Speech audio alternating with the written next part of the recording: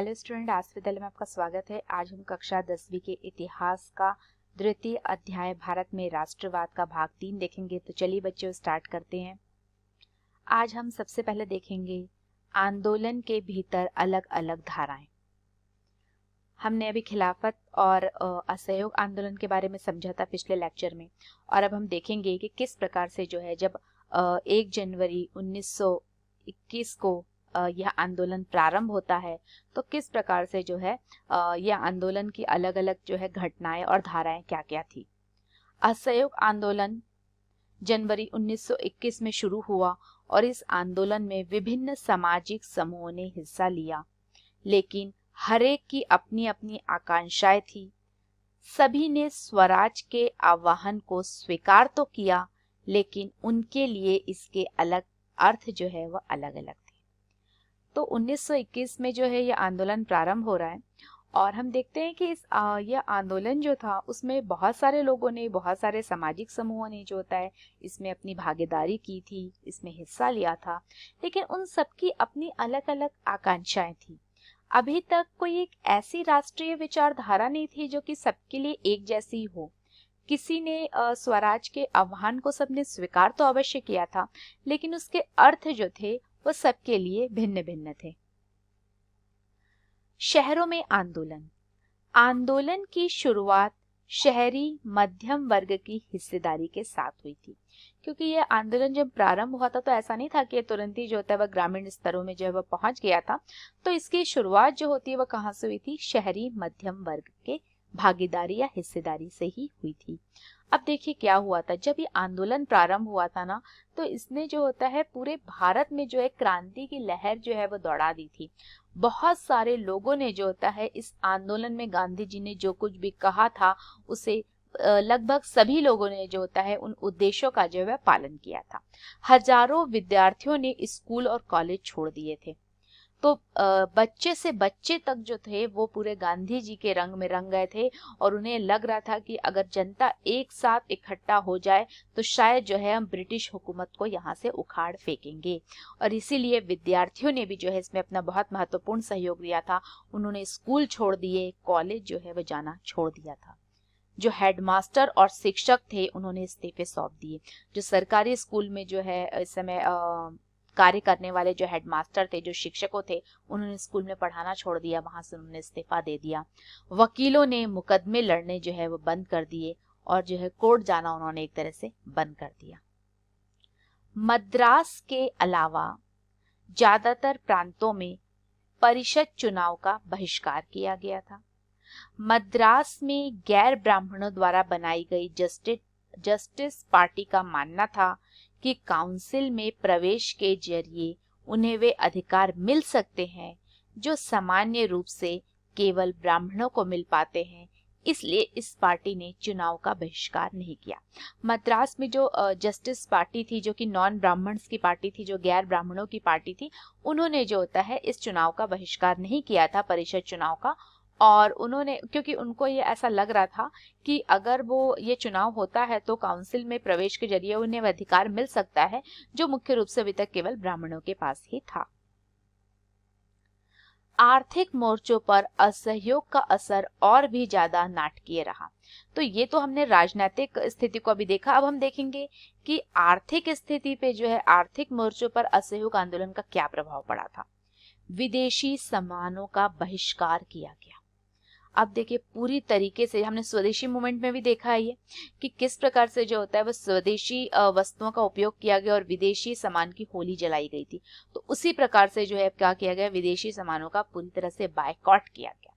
शराब की दुकानों की पिकेटिंग की गई। पिकेटिंग मतलब कि धरना प्रदर्शन दिया गया शराब की दुकानों पर, और विदेशी कपड़ों की होली जलाई जाने लगी। कोई भी लोग जो है वो विदेश के से बना हुआ कपड़ा जो है अब वो पहनने को तैयार नहीं थे। 1921 और 1922 के बीच विदेशी कपड़ों का आयात आधा रह गया था और उसकी कीमत 102 करोड़ से घट के कितनी हो गई थी? केवल 57 करोड़ रह गई थी। तो बच्चों आप देख सकते हो कि इंग्लैंड को आर्थिक दृष्टि से भी जो होता है इस आंदोलन से कितना ज्यादा हानि हो रही है, क्योंकि विदेश जो थे उनको देखिए वहां पे यहाँ से क्या करते थे, जो ब्रिटिशर्स थे वो भारत से जो होता है वो रॉ मटेरियल लेके जाते थे। कहाँ लेके जाते थे? ब्रिटेन लेके जाते थे, और वहां पर जो है वो मशीनों में जो होता है इन रॉ मटेरियल को यूज करके जो होता है कपड़ा बनाते थे। अब कपड़े को बेचने के लिए उनको मार्केट तो चाहिए था, तो ये मार्केट कौन था? उनके उपनिवेश थे। तो वापस जो होता है कपड़ा कहाँ आता था? भारत में आ जाता था। तो इस तरीके से जो है जब यह आंदोलन चल रहा था, तो उस बीच जब लोगों ने विदेशी कपड़ों को पहना ही नहीं, जब विदेशी कपड़ों की होली जला दी गई थी, तो उस समय विदेशी कपड़ों का आयात भी जो है वो आधा रह गया था, क्योंकि अब इनकी डिमांड ही नहीं रही थी। और उसकी कीमत जो होता है 102 करोड़ से घट के कितनी हो गई थी? केवल 57 करोड़ रह गई थी, मतलब आधी कीमत हो गई थी। बहुत सारे स्थानों पर व्यापारियों ने विदेशी चीजों का व्यापार करने और विदेशी व्यापार में पैसा लगाने से इनकार कर दिया। तो जो बिजनेसमैन थे, जो व्यापारी थे, उन्होंने भी अपने स्तर पर जो है इस आंदोलन में भाग लिया, और उन्होंने भी जो होता है विदेशी चीजों को बायकॉट किया और किसी भी विदेशी व्यापार में पैसा लगाने से उन्होंने इनकार कर दिया। जब बहिष्कार आंदोलन फैला और लोग आयातित कपड़े को छोड़कर केवल भारतीय कपड़े पहनने लगे, तो भारतीय कपड़ा मिलों और हथकरघों का उत्पादन भी बढ़ने लगा। क्योंकि अभी तक क्या हो रहा था, क्योंकि वो हम लोग क्या यूज कर रहे हैं, जो ज्यादातर जो भारतीय हैं वो विदेशों से बने जो कपड़े हैं उनको आयात करा जाता था और उसको जो है यूज किया जाता था, क्योंकि वो जो होता थोड़े सस्ते होते थे। लेकिन अब लोगों ने क्या किया कि भाई विदेशी कपड़े तो हम पहनेंगे नहीं, तो इसलिए उन्होंने क्या बोला कि अब जो है हम भारतीय कपड़े पहनेंगे।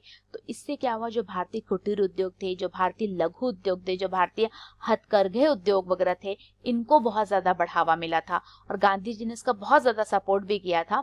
तो हमारे देश के जो उद्योग धंधे थे अब वो पनपने लगे थे।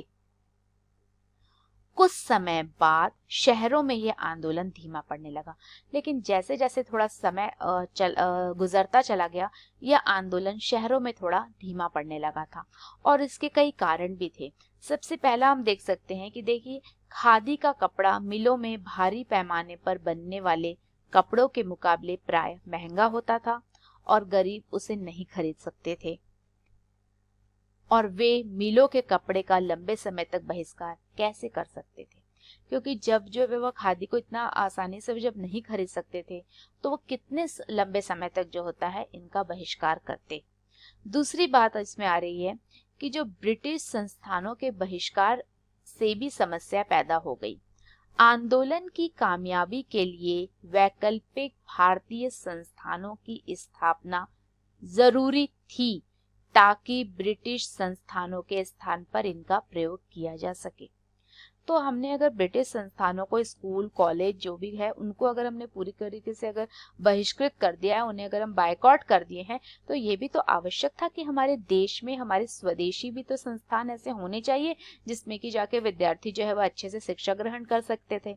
लेकिन अभी भी जो है ये इसके लिए प्रयास अवश्य हो रहे थे, लेकिन इनकी जो प्रयास हो अवश्य रहे थे, लेकिन इनकी जो गति थी वो बहुत अधिक धीमी थी।